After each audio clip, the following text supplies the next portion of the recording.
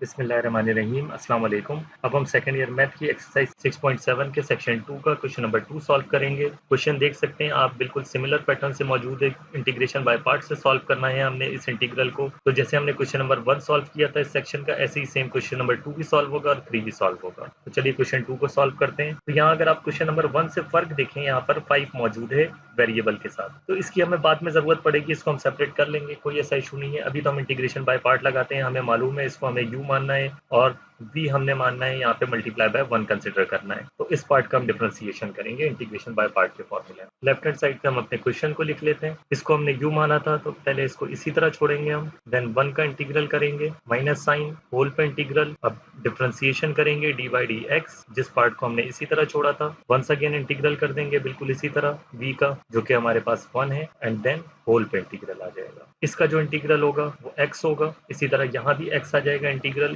तो इस x को मैं यहाँ पर लिख रहा हूँ और ये पार्ट इसी तरह आ जाएगा। देन ये माइनस और इंटीग्रल, इसका जो डिफरेंशिएशन होगा, क्योंकि ये पावर 1/2 है तो पावर मल्टीप्लाई होती है और उस पावर में से एक कम हो जाता है, तो 4 माइनस 5x², 1 डिवाइडेड बाई 2 में से -1 हो जाएगा। Then once again chain rule के हिसाब से इसका डिफरेंशिएशन होगा D by D X, 4 minus 5x²। इस डिफरेंशिएशन को हम नेक्स्ट स्टेप में करेंगे, इसका इंटीग्रल मल्टीप्लाई बाय x आ जाएगा और ये dx इसी तरह आ जाएगा। यहाँ चाहे तो स्क्वायर ब्रैकेट हम लगा सकते हैं। देन नेक्स्ट स्टेप में फर्स्ट टर्म कंप्लीटली सॉल्व हो चुकी है, ये इसी तरह आ जाएगी। माइनस इंटीग्रल, ये 1 डिवाइडेड बाई 2 में बाहर लिख देता हूँ। यहाँ वंस अगेन हाफ और माइनस का 1 मौजूद है, तो माइनस के 1 में से प्लस का आधा जाएगा तो माइनस का हाफ बचेगा, जिसको मैं नीचे प्लस का हाफ करके लिख सकता हूँ, जिसका मतलब है स्क्वायर रूट, क्योंकि ऊपर पावर माइनस में थी तो नीचे आके पावर प्लस में हो गई, 1 डिवाइडेड बाई 2, और उसको मैंने रूट करके लिख दिया। इसका जो डिफरेंशिएशन होगा 4 का 0 होगा, देन ये माइनस साइन आ जाएगा, और 5x² का जो डिफरेंशिएशन होगा 5 2 से 10 बनेगा,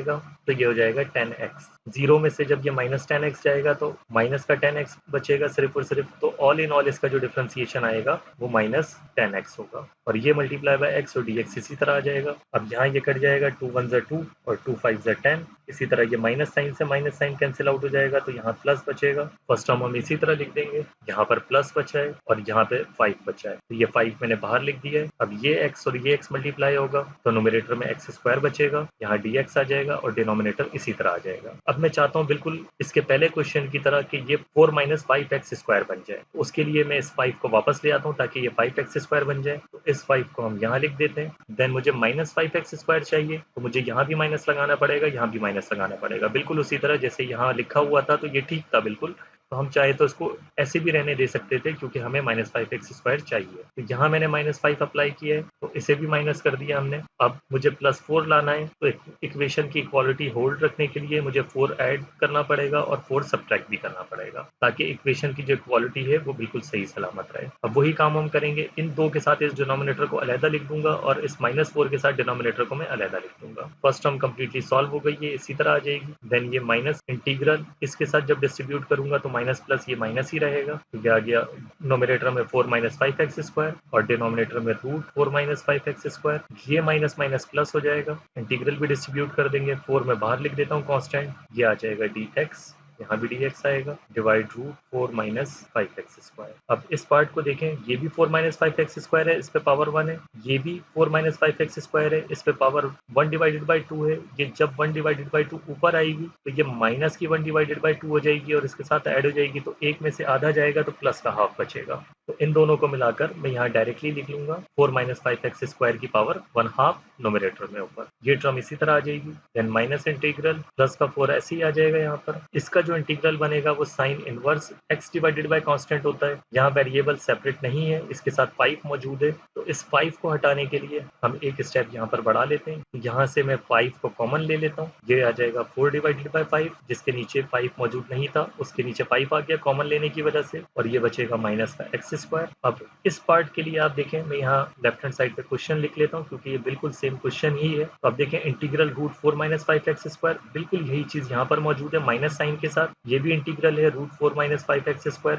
और ये dx, ये माइनस का इक्वल के इधर आकर प्लस का हो जाएगा। इसकी क्वांटिटी 1 है, इसकी भी क्वांटिटी 1 है, तो दोनों की क्वांटिटी ऐड हो जाएगी और ये +2 हो जाएगा। इसको मैं डायरेक्टली यहाँ पे ऐड कर देता हूँ, 2 इंटीग्रल √4 - 5x² dx, देन ये इक्वल साइन और फर्स्ट टर्म, ये इक्वल की दूसरी साइड जाके ऐड हो चुका है यहाँ पर। इसमें से ये 4 डिवाइडेड बाय √5 बनना है। अब इसके लिए जो कांस्टेंट बनेगा 2 का स्क्वायर, और 5 के स्क्वायर के लिए √5 का स्क्वायर मुझे करना पड़ेगा, तो ये होल पे स्क्वायर हो जाएगा। इस तरह से 2 डिवाइडेड बाय √5 होल स्क्वायर, ये हमारा कांस्टेंट बनेगा। देन ये माइनस साइन, ये हमारा कांस्टेंट बन गया 2 डिवाइडेड बाय √5, और ये x² आ गया इस तरह से। तो हमने लिखना है sine inverse variable divided by constant. Sine inverse variable हमारे पास x ही है, डिवाइडेड बाय कांस्टेंट, कांस्टेंट है 2 divided by √5। Then next step में हम इसको भी सिंप्लीफाई कर लेते हैं, और ये 2 भी हम डिवाइड करवा देते हैं। एक दफा इस टर्म से डिवाइड होगा, एक दफा सेकंड टर्म से डिवाइड होगा, तो लेफ्ट हैंड साइड पे हमारा क्वेश्चन रह जाएगा। यहाँ फर्स्ट टर्म के साथ ये डिवाइड होगा 2, 1 डिवाइडेड बाय 2